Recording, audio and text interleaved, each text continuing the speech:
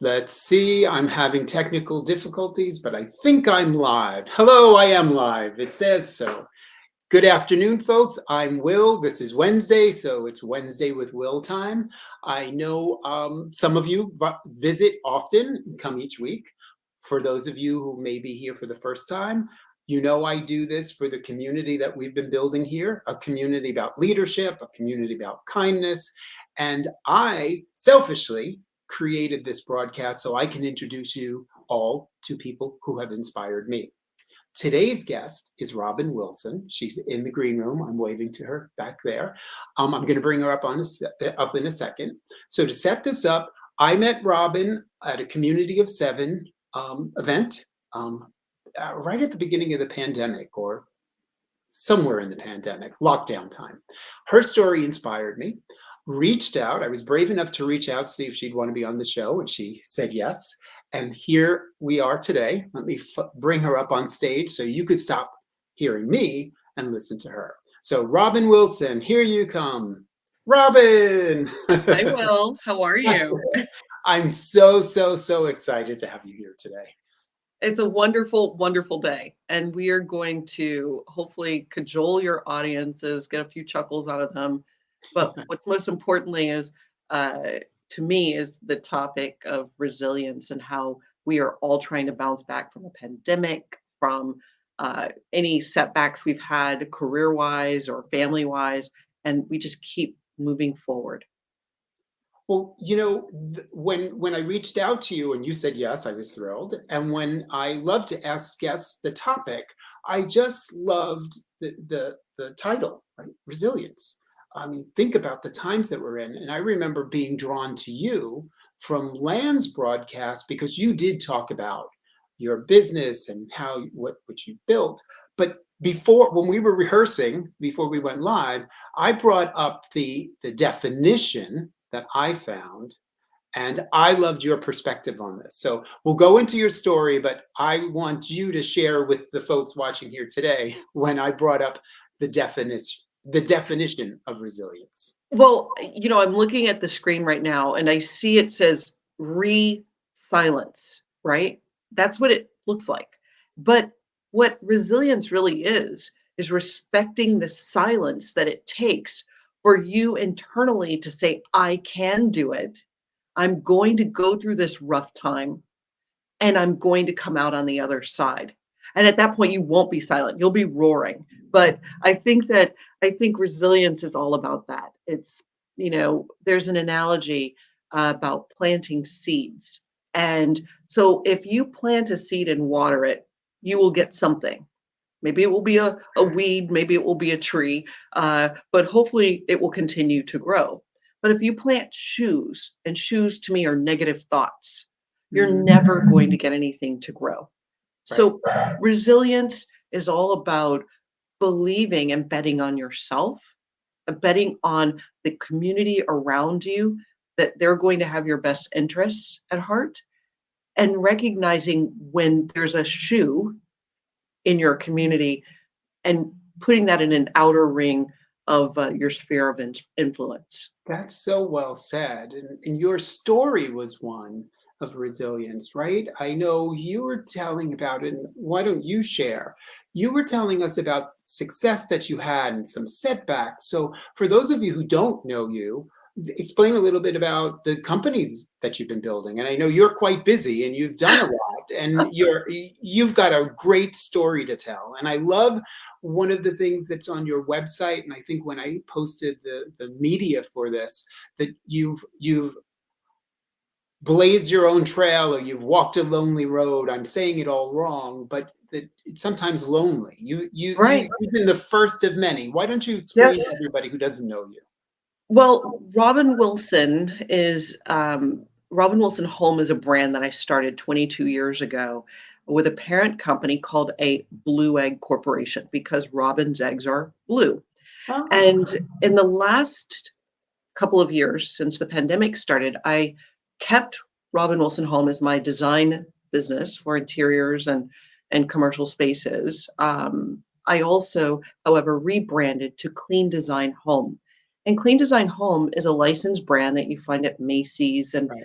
other retailers with a focus on the allergen-aware consumer. So pillows, comforters, sheets, towels, etc. But I think what I really want to say is if you really hear the nuance of what I've just discussed, we have a parent company called A Blue Egg, which is about robin's eggs. That's the unique I piece. love that. But I had a company with my name in it. And while so many people during 2020, the year of say their name, I took my name out of my brand and rebranded it to Clean Design Home so that one day it could sell potentially, but also because I noticed how hard the road was when I had my name in it. Could it be because of being a brown person? Could it be because people don't want to buy a named brand anymore? I don't know. But what I do know is as soon as I took my name out of it, we were we were hired to do procurement for a major hotel group. We got licensed by West Point Home, which is owned by Carl Icahn.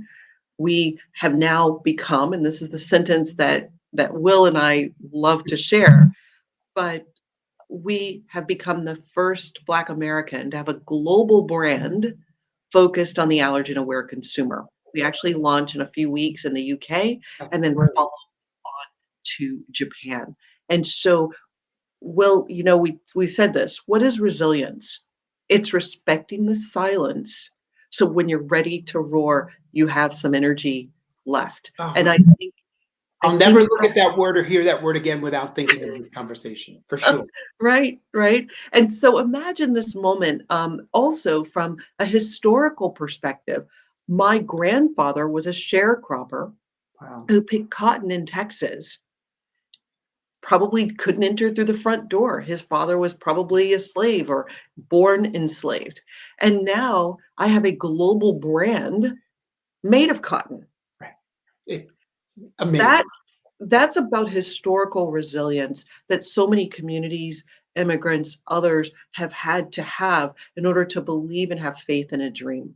I just love that. And I have goosebumps here, this thinking about that story.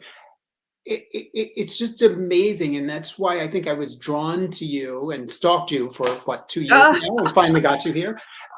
Because of that, the, one of the things, and I believe you're based here, you're here in New York now. my company's based in New York City. That's correct. And that's what I'm born and raised in New York, and I just love this city just for the fact that it's cliche and there's all songs written about New York, but there is something about the energy that we could pour into building our businesses and building brands. I just absolutely love what you said about your company name as well, right? If I'm like a fledgling or little tiny bird trying to do something here, not oh bird, robin's egg, right? Ah, I'm, I'm I realized that I wanted to build something that wasn't willsullivan.com for the reasons you mentioned, but I don't think I understood it in the sense that the way you put it. And I just love the idea that you changed the name and so many things had happened. right. Well, part of that, Will, is think about this. When you have uh, when you have fear, is fear excitement or is excitement fear? When you ride a Mm, roller coaster, are you afraid or are you excited? If you bungee jump, right, are you afraid or are you excited? right. That's what we need to remember is it's the same exact emotion. And I hope people will go to Macy's, Google Right. cleandesignhome.com and find out about my brand because you'll learn the story that 1 in 5 people suffer from asthma and allergies. You'll learn that 60 million Americans. And I often ask the question, when was the last time you washed or replaced your pillow? And inevitably, people will grimace Yeah, because they I don't want to realize think about that. I Yes. know, I know. They're like, "Oh, it's been like 6 years," or maybe it's their college pillow, but they're in their 40s. And so I've said to people, "Have you ever thought, I hate to be blunt, but the dander, the drool, the whatever, oils from your hair, the The pollen." sweat from Exactly. summer. That's on your pillow. And so, when you tell people that, they do like this. They cover their mouth. They're like, "Oh my." But what they also do is they run out and they go to Macy's and they buy clean design home products. But let me give you the backstory on that. I grew up with allergies and asthma in Austin, Texas. What's the resilience from that?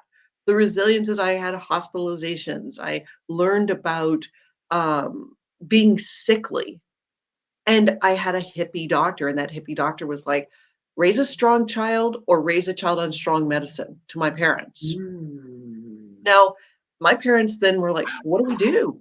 I know, That, exactly. yeah, right. So that in the 70s, I just dated myself, but in the 70s, the general medical knowledge was, take the steroid medication or the shots and take it easy always. Be a couch potato, just don't go outside. My hippie doctor told my parents she's going to eat a bit of honeycomb, and that's natural inoculation to your local pollens. She's going to run, she's going to bike, she's going to play tennis, she's going to swim, she's going to get her That's lungs great. strong. And then if she does have an asthma attack, maybe there's more resilience there. I think that's unbelievable. That kind of breaking through. I had gone through a health issue a decade ago, and Mhm. I was also dating myself, thinking bed rest, and this is what I need to do. The doctor's like, nope, you're going to get up, you're going to walk around the block, then you're going to go 2 blocks, you're going to get 3 blocks. Yes. And I had gotten over whatever it was, and there wasn't medication involved. I'm fortunate that this doctor was like, no, you use your body to heal it. So the Yes. idea that you've created this brand, I Right. now, hey everybody, I'm not paid to say this, but I know where I'm getting my next set of pillows from. And I might I hope send you them do to too. you. How about that? Um, but one of the things I will tell you is, we all as entrepreneurs are faced with the unknown. The unknown is, am I spending my retirement money? Am I betting on myself wisely? Can I do this? And then you have the friends who some of them are like, yes, yes, and others are like, well, are you sure? So what you need to do is remember that there will be dark moments. There will be moments when you have the $1.23 in your bank account and you're just like, I'm not paying myself. Can I keep my credit score? Can I keep my house? If you if you plow through it, and I think you told me there's a quote that you have that you want to share with everyone, but it's something about get up the next day. And there it is. Yep, this one from Ariana Huffington. Fearlessness is not the absence of fear, it's the mastery of fear. It's about getting up one more time than we fall down. And if that isn't just everything in a sentence, right? It's Exactly. And really, so think about this. When you are chasing your dream, you have to remember it's like a staircase. When you go up a staircase, you don't stop at each landing to look around the corner to see if there's a stair there or if you're going to fall straight down into the basement. You just run up the stairs. yeah.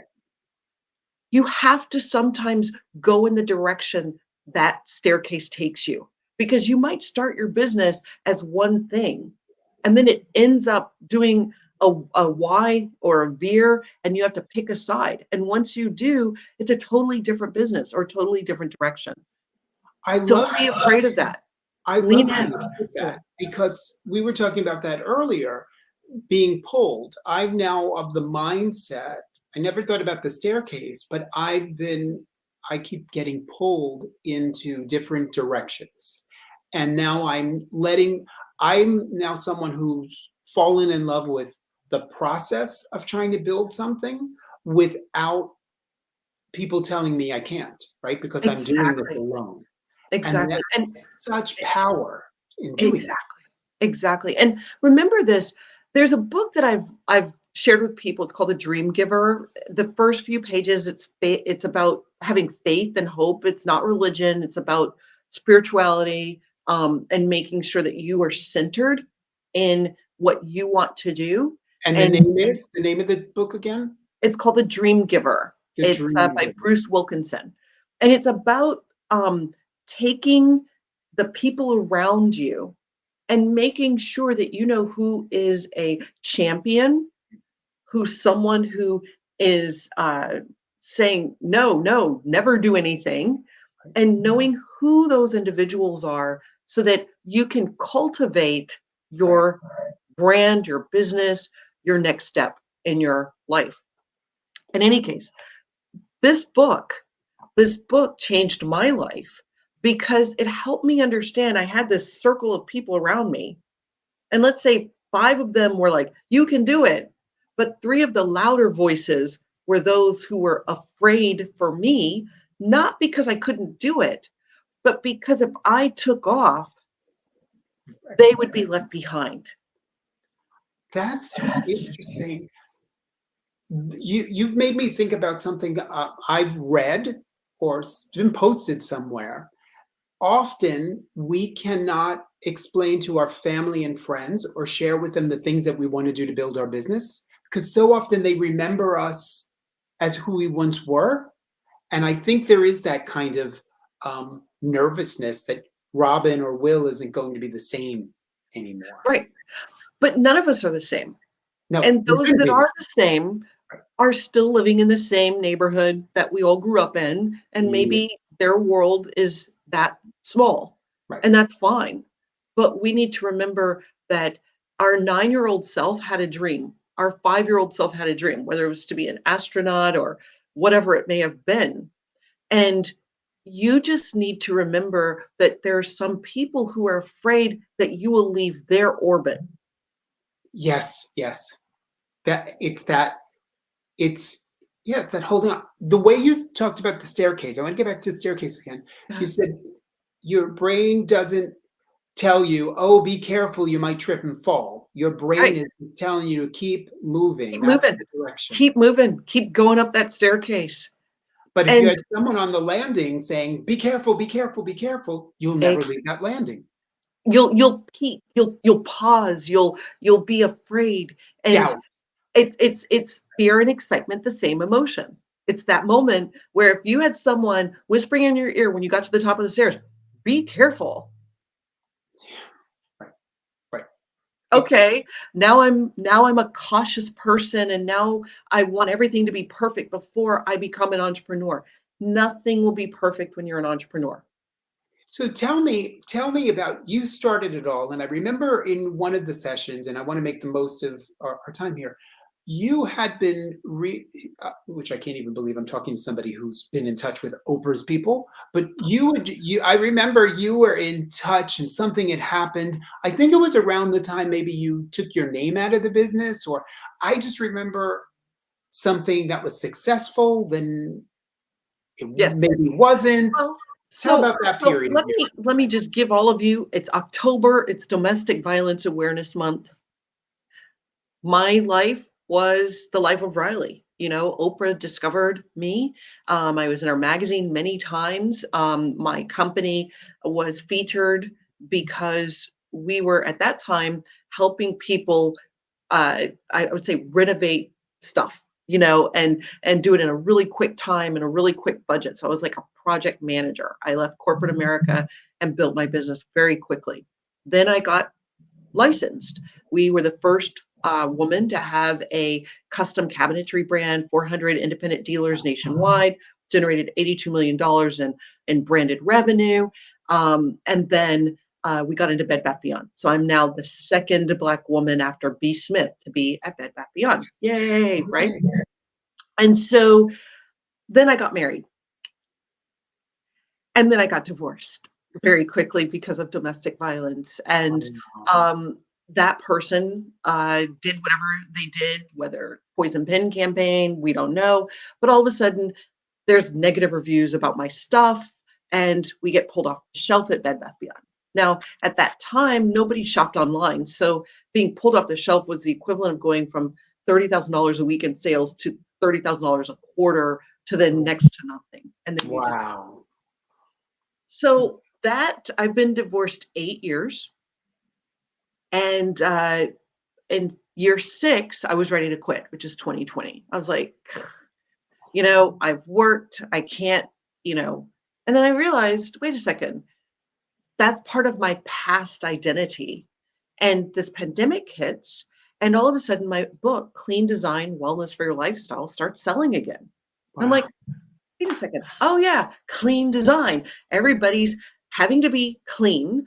They have to have a well-designed background, like Everybody's my home. backdrop. Everybody's home. Clean design home. GoDaddy.com. It's available. As they say, 99 cents later, right? You buy the web domain and then you rebrand yourself. And so that was in May of 2020. Meanwhile, remember, we've basically lost our business. I'm ready to get a new job. I've written my resume to go work for someone else. And I Wow. say, last ditch effort, I'll see what happens. Clean design home. That was in May. July, I get a phone call from a hotel group. And they say, in 50 years, we've never hired a woman or a person of color to do our procurement for our pillows, towels, comforters. Are you able to do so? Yes. Did I know if I could? No. No. I was like, oh my gosh, will my supplier, my textile company, will they be able to, do an order like this? They send me a page of orders, like, 50 of this, 100 of that, 500 of that. And I'm like, oh my gosh. I call, I go through the phone book. I get to W, West Point Home, owned by Carl Icahn. You know how many calls I made to get to the W, right? Exactly. Yes. Yeah. And I'm like, well, I'm at the end of the alphabet. I got to call them back and say, I can't do it. They say yes. We fulfill their order. 2 weeks later, another order. The first order filled a semi truck and a half. The second order, a semi truck. So we're talking 5-figure thousands on the first order, 5-figure thousands on the second order. Remember, May, I'm ready to quit. Buy the domain, July, hotel. That's It gets better. It gets better.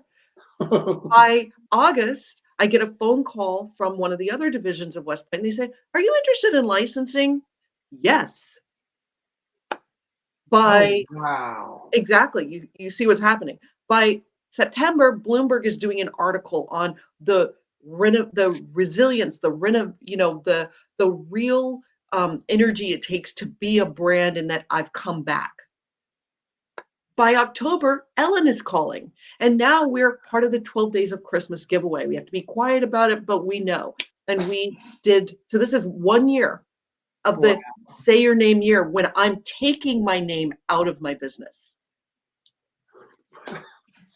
Unbelievable. Michelle just put up goosebumps.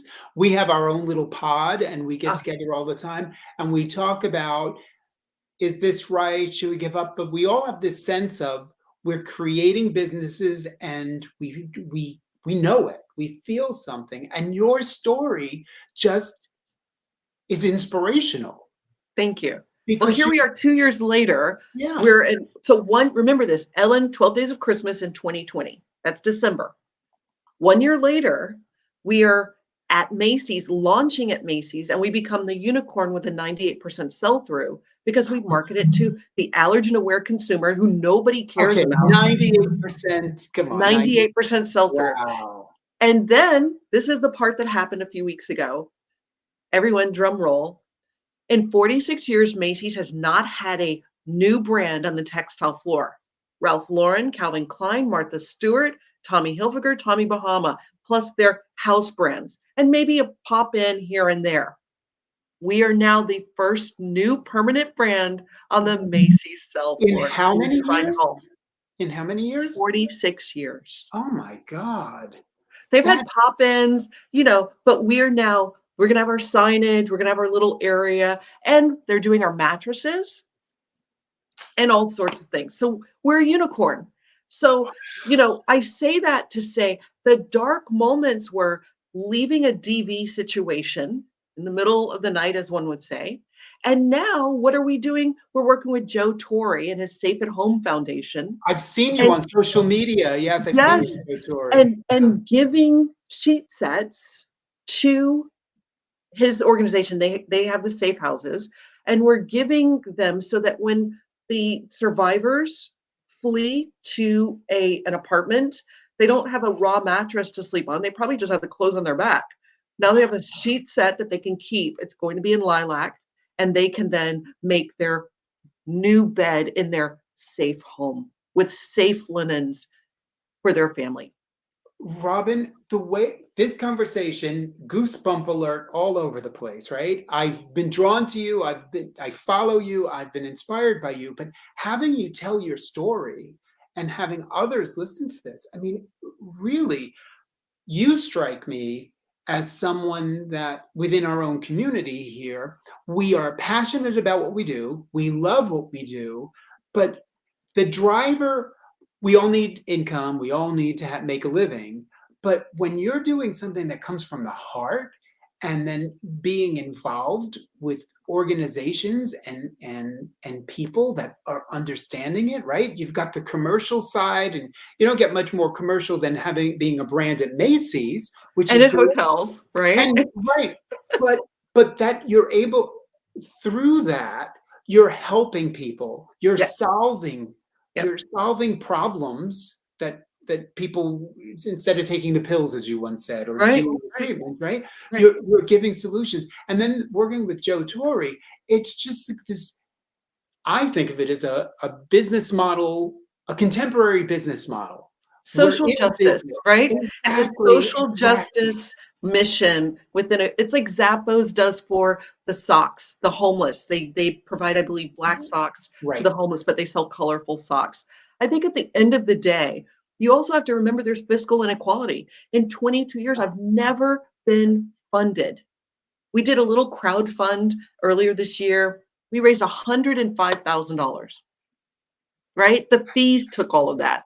Right. So what we need to remember is, and I'm not going to call out another brand, but there are other brands that in the 22 years I've been in business have gotten funding, have gotten in the store sooner, and and there's a moment when you're just like, can I just unzip myself and not be a brown person in America? Can I, but then I'm like, no, Yep. my grandfather probably couldn't even go into the front door of Macy's back when he was Yep. a young person, right?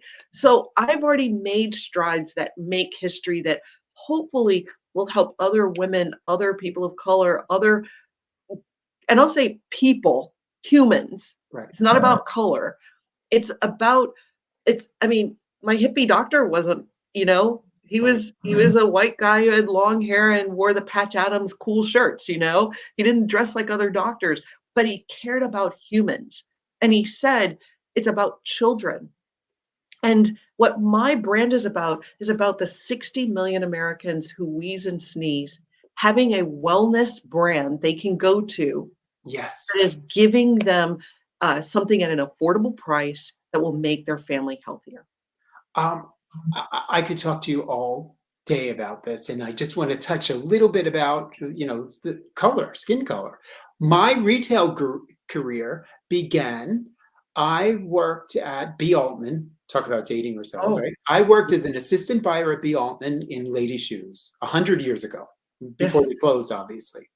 I yes. was hired by the divisional and the merchant and all very white blonde people. Hmm. And I was super excited, this kid off the Staten Island ferry, to get my job in retail. Couldn't believe I made it there. I walk into my first day, and the only black buyer, her name was Alice Hall. And if anybody knows Alice Hall or where she is, I really want to see her. I was introduced to her. She was not very happy, and I understood immediately. Now, this is the 80s, Robin. Yes, Immediately understood, like, oh, yeah, I get it. This white guy from who looks a certain way, they don't even have the decency to let me interview him. Like, and so you wow. start to see that. And that was my first job in the adult world, Yes, not in school or anything. And it yes, stayed with me. And I became hyper aware that I go into rooms, I was given opportunities and I was given promotions because of the very way that I looked. I yes, didn't use it to take advantage, but I recognized it from my right, first day in my first grown-up job out of college. right. So Well, I love that I'm having this conversation with you, and you're talking about opening that door and not being the middle-aged white guy. right. At the end of the day, what we all have to remember is there are advantages each of us have. When I walk into a room, again, let's go to fear and excitement, right? Yeah. This is something that's going to make you like have a mind moment. If I am the only brown person in the room, everybody knows me. Right. That's my superpower that day, Yes. right? Right. And so it's funny, they'll know my name, and I'm just like, "Hi, everybody," but they'll know my name. Right. And so that's my superpower. There are other people who are like, they walk in with fear, Right. and I'm their the only energy is one. like, "Oh my God, I'm the only one," and they're gonna look at me funny, and they don't realize everybody in that room is just as nervous to go up to a stranger to say hello or to network. Right. So it's looking, I'm going to call you out. You have, a smooth pate, right? And so if you walk into a room, you might be the only one with a Oh, smooth. So then everybody's going to remember you. That's your yeah. superpower. Right. Right. And Right. we've got to look at things differently.